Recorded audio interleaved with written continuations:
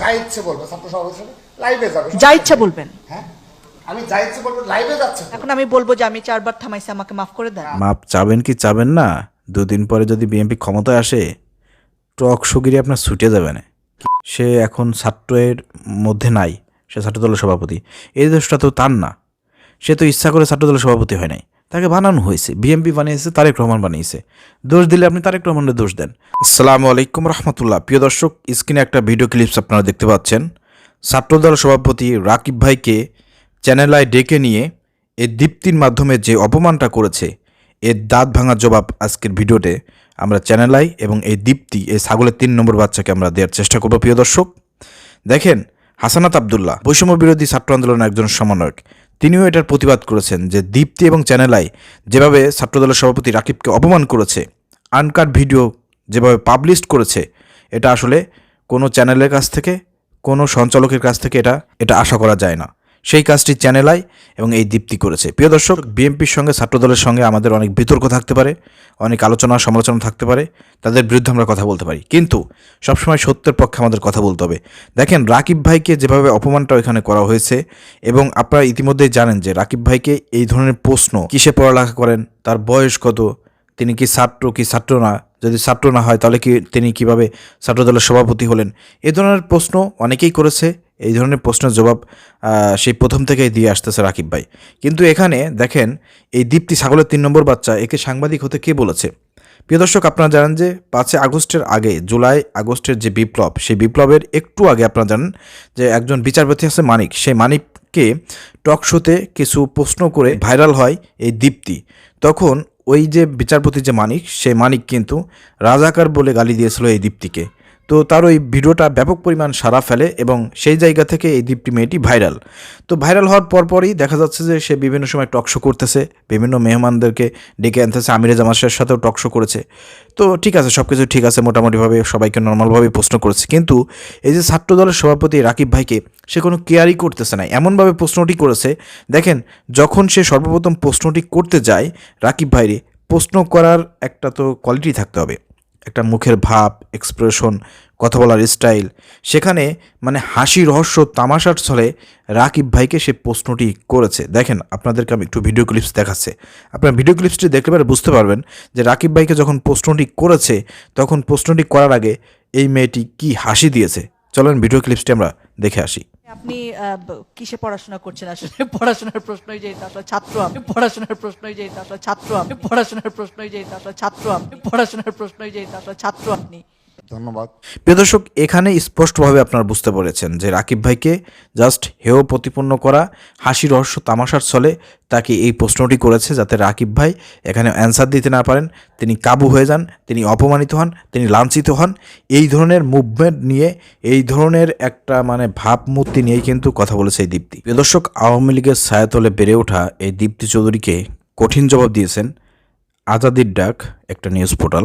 তারা যেটি লিখেছেন, একটা ছাত্র সংগঠনের শীর্ষস্থানীয় নেতাকে অনুষ্ঠানে ডেকে নিয়ে এভাবে ব্যক্তিগত লেখাপড়া ও বয়স নিয়ে প্রশ্ন করা কোনো সাংবাদিকের কাজ হতে পারে না। ছাত্র জনতা দেশ স্বাধীন করেছে নিরপেক্ষ সাংবাদিকতা করার জন্য। দীপ্তি চৌধুরী উচিত প্রশ্ন করার ক্ষেত্রে আরও নিরপেক্ষতা ও শালীনতা বজায় রাখা, না হলে ছাত্র সমাজের দাঁত ভাঙা জবাব দেবে। দেখেন, রাকিব ভাইকে যেভাবে অপমান করেছে, দাঁত ভাঙা জবাব ছাত্র সমাজের দেয়া লাগবে না। ছাত্রদলের পোলাপান এখন ক্ষেপে আছে দীপ্তির উপরে। দীপ্তি চৌধুরী আওয়ামী লীগের সময় টক শো করেছে, চ্যানেল আই আওয়ামী লীগের একটা দোসর ছিল, দালাল ছিল। সেই সময় দীপ্তি চৌধুরী সেও চ্যানেল আইতে কাজ করেছে এবং আওয়ামী লীগের ছায়াতলেই তার বেড়ে ওঠা। জাস্ট সামান্য কিছু পয়েন্টে সে ভাইরাল হয়েছে। সেখানে আমরা দেখতে পেয়েছি মানিক তাকে রাজাকার বলেছে, রাজাকারের বাচ্চা বলেছে, এবং পরবর্তীকালে এটা তার গায়ে লাগছে, এই কারণে সে ওখানে অনেক চেতে টেতে অনেক কথাবার্তা বলছে, যেটা সোশ্যাল মিডিয়ায় ভাইরাল হয়েছে।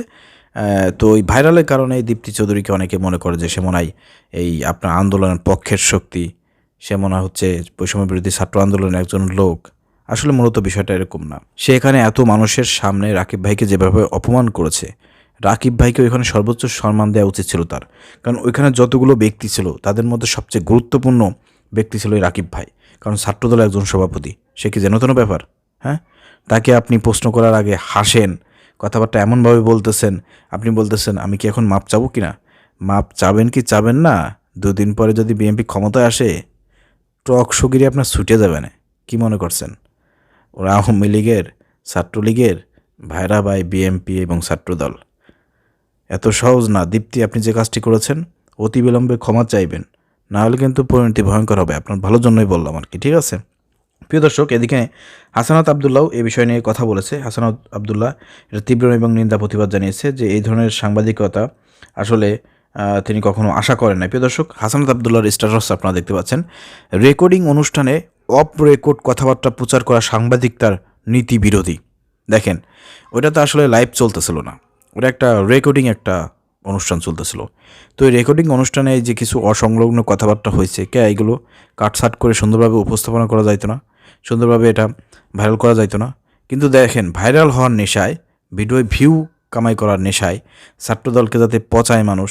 ইতিমধ্যে আপনারা জানেন যে ছাত্রদলের সঙ্গে বিএনপির সঙ্গে জামাতের একটা শিবিরের একটা সোশ্যাল মিডিয়া বলেন, সরাসরি বলেন, একটা আলোচনা সমালোচনা এগুলো চলতেছে, মোটামুটি কাদা ছড়াছড়ি চলতেছে। তো এই সুযোগটা চ্যানেলরাই কাজে লাগিয়েছে। তারা মনে করছে যে এই ভিডিওটা যদি আমরা এখন আপলোড দিই তাহলে এই ভিডিও থেকে আমরা লক্ষ লক্ষ টাকা ইনকাম করতে পারবো, ভিডিও প্রচুর পরিমাণ শেয়ার হবে, এই ছাত্র দলের এই সভাপতি রাকিবকে মানুষ বুড়ো বলবে, সে ছাত্র না অছাত্র হয়ে কীভাবে ছাত্রদলের সভাপতি হলো, মানুষ হাসাহাসি করবে।